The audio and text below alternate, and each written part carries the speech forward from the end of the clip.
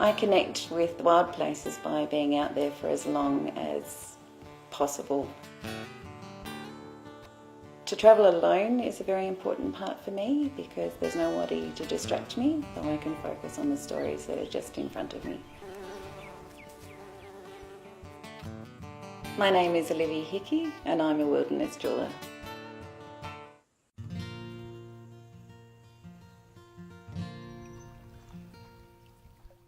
I've always been an adventurer from an early age. I can't remember a time that I didn't like being in the outdoors. I've got quite a restless spirit and I spent about 8 years travelling with a pack around the world in numerous countries. I am completely comfortable in wild places on my own, to the level that I've done a 110-day walk through the South Island of New Zealand. I got to the end of that walk and all I wanted to do was keep my pack on my back and turn around and walk back to where I started from. When I'm alone and walking on country, I see and hear and feel a number of stories that are surrounding me. Everywhere I look and everywhere I touch and everything I hear is speaking to me. I'm seeing plants in existence that have been existing on this world from before the first flowering plants. I hear the conversations of the early explorers wondering how to get through areas and the traditional owners who have been here forever. For me, I was so excited when I discovered that I could combine my love of being in the outdoors and a passion about creating, and how I could put them both together to create things that I can then share with other people. My working process is always about trying to capture direct impressions of the landscape. I'll use wax or silicone to mould objects or textures or leaves for jewellery making. I'll use paper and charcoal to capture textures from trees, and I'll use my camera to record the landscape that I'm in. Oh, that one's interesting. It's a subtle pattern, it's a subtle texture. It's got some variation and some different heights in them. Every now and then I'll find something that I just need to stop and try and mould and capture so I can bring it home. It is absolutely essential for me to do all of my moulding in place. I refuse to think that I am worthy enough to be able to remove things from place, because I like to travel through landscape, not leaving a trace of my passing.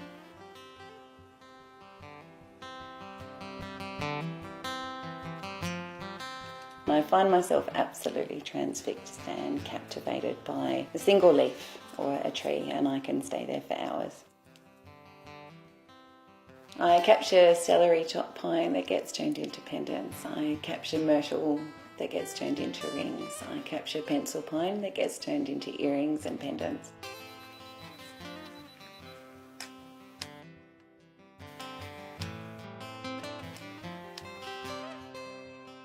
This is the mother shield fern that I moulded in a tarkine and then used to make this earring.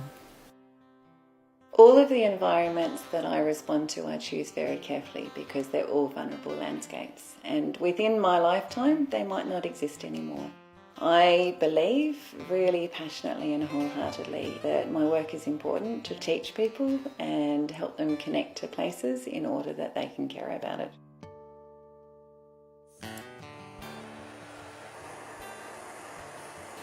After I've taken the moulds and rubbings in the outdoors, I'll bring them home and into my studio, and there I turn them into talismans. I do these by a multitude of silversmithing skills and techniques. Once it's moulded, it'll take me between 4 and 6 weeks to have a finished piece of jewellery.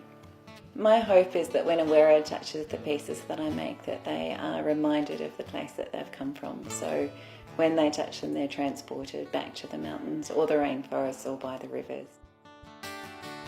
All of my work comes from a really, really strong drive of absolutely loving all of the wild places that I respond to. For me, the vulnerable places on, this island and other islands with similar history fill me with absolute wonder. I will spend the rest of my life trying to encode and mould and create tangible talismans of place for future generations.